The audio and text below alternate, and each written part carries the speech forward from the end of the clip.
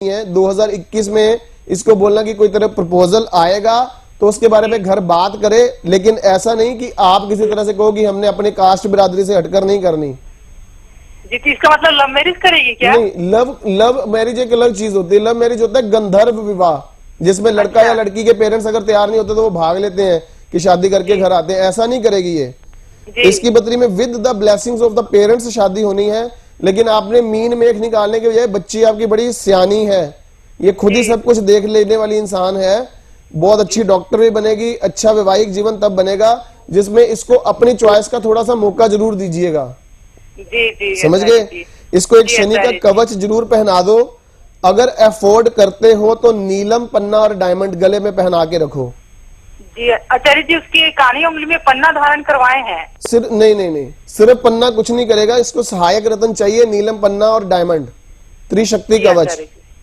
ये लड़की कामयाब डॉक्टर नहीं बनेगी तो मैं जिम्मेवार। जी आचार्य, समझ गए? बहुत बहुत शुक्रिया आचार्य जी, बहुत बहुत धन्यवाद आपका। मुझे इतनी खुशी हो रही है इस लड़की के लिए कि लड़कियां कामयाब होती ही अच्छी लगती हैं, और भगवती की कृपा इसके साथ रहे। अच्छे दिन नवरात्रों के, उसमें बेटियों के लिए तो खास तौर पर मेरी हार्दिक शुभकामनाएं आप सबको।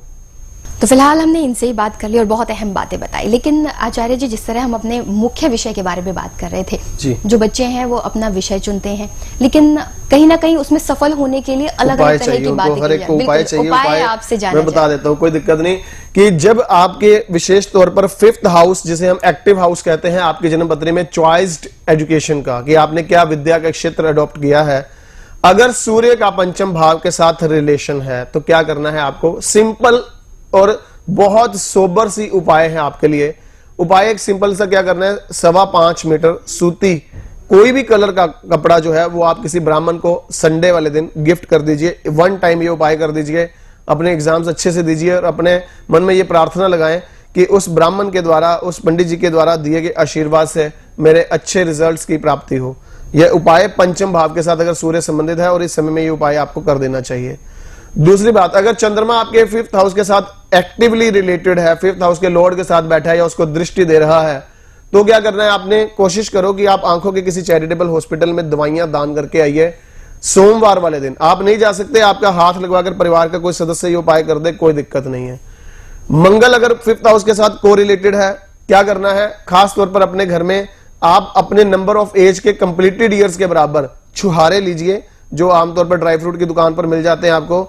जैसे करेले बीच में से काटे जाते हैं, उसको बीच में से कट लगवाइए, उसकी गुठली निकाल दीजिए। उसके बाद आप अपना हाथ हर पीस पर लगा दीजिए हनुमान जी के निमित्त। ये आप, ये परिवार का कोई सदस्य या खुद आप मंगलवार को जाकर हनुमान जी को भोग लगवा दीजिए। प्रसाद वापस नहीं लाना है। बुध अगर 5th हाउस के साथ कनेक्टेड है आपके जन्म पत्र में, और आप ऐसी एजुकेशन के साथ जुड़े हैं जो आर्ट्स, कॉमर्स या साइंस के किसी सब्जेक्ट्स के आपने चुनाव कर रखा है, तो क्या करना है आपको? खास तौर पर अपने घर में जितने भी पुराने रिजेक्टेड कपड़े हैं, धीरे धीरे करके उसको बाहर दान करने के लिए आप दे दीजिए। बुधवार वाले दिन उसको धीरे धीरे करके आप आस पड़ोस के किसी लोगों में जो नहीं अफोर्ड करते हैं, या किसी तरह से आप किसी निर्धन परिवारों में बांट दीजिए। अगर गुरु आपकी जन्म पत्रिका के अंदर 5th हाउस के साथ एक्टिवली रिलेटेड है, तो क्या करना है आपको? आप हर रोज आधा कप दूध, आपको दूध पसंद है या नहीं पसंद, लेकिन आधा कप दूध में आप 4 पंखुड़ियां केसर की डालकर आप आधा पौना घंटा उसको छोड़ दें। उसके बाद उसके पीने योग्य गर्म करके आप उसे पी लीजिए। निश्चित तौर पर ये उपाय जब तक करते रहिए जब तक कि आपके पूरे एग्जाम हो नहीं जाते और उसका रिजल्ट नहीं आ जाता, तब तक ये नियमित तौर पर उपाय आपने करने। किसी दिन रह गया तो बात अलग है। शुक्र अगर 5th हाउस के साथ रिलेटेड है, उपाय बड़ा सिंपल है। कुछ पैसे 100, 200, 500 जो आपके धनराशि आप सहन कर सकते हैं, किसी गरीब लड़की की शादी के लिए आप दान देने हेतु अलग रख लें। उससे आप कोई कपड़े खरीद कर दे देना, चाहे कोई आप बर्तन खरीद कर दे देना, कोई चीज जो उसके काम आ सकती है वो उस पैसों से खरीद कर आप किसी निर्धन परिवार की लड़की की शादी के वक्त आप दान करवा दीजिएगा। ये एक बहुत बेहतर उपाय रहेगा। शनि अगर 5th हाउस के साथ रिलेटेड है आपकी कुंडली के अंदर, तो क्या उपाय करना है कि अपने जितने पुराने रिजेक्टेड शूज हैं अपने घर में, चाहे वो किसी भी पारिवारिक सदस्य के हैं, उनकी इजाजत से, या आपके रिजेक्टेड शूज हैं तो आप जरूर सैटरडे किसी भी गरीबों में वो शूज आप वितरित कर दीजिए। निश्चित तौर पर उससे आपके लिए लाभ की स्थिति बनेगी। राहु 5th हाउस के साथ रिलेटेड है, क्या करना है आपने? कोई भी इलेक्ट्रॉनिक डिवाइस या फिर कोई बिजली का उपकरण या कोई बल्ब या कोई ट्यूबलाइट इस तरह की कोई चीज आप किसी मंदिर धर्म स्थान पर दे दीजिए, वहां रोशनी के लिए वो काम आ सके। आपको ये उपाय सैटरडे या संडे करना है। और अगर आपका केतु ग्रह का 5th हाउस के साथ रिलेशन है, सिंपल सा उपाय है आपके लिए। क्या करना है आपने, अपने घर से आप अगर शहद पड़ा है तो ठीक है, नहीं तो बाजार से खरीदिए शहद, उसकी शीशी को खोल लीजिएगा, ढक्कन को खोल लीजिएगा, उसमें हाथ लगा दीजिए शहद को, और वो शहद जाकर आपने मंदिर के पुजारी जी को दे देना है कि जब आप पंचामृत से भगवान को स्नान कराते हो तो ये शहद बीच में प्रयोग करना शुरू कर दीजिए। निश्चित तौर पर आपके द्वारा किया गया इन उपायों के माध्यम से आपके एग्जाम्स में आपको सफलता की स्थिति रहेगी। 2015 के साल और 2072 का जो संवत अभी जो चला है इस नवरात्रों से, इसके मुताबिक जो उपाय आपको मैंने अलग अलग ग्रहों से संबंधित बताए हैं, आपके लिए शुभ परिणामजनक होंगे। मेरी शुभकामनाएं आपके लिए। बहुत अहम तरीके से, और जहां नवरात्रों की बात कही जाती है तो कहीं ना कहीं हम माँ से जब जुड़ जाते हैं तो दुर्गा माँ का आशीर्वाद भी आचार्य जी की तरफ से जुड़ रहा है।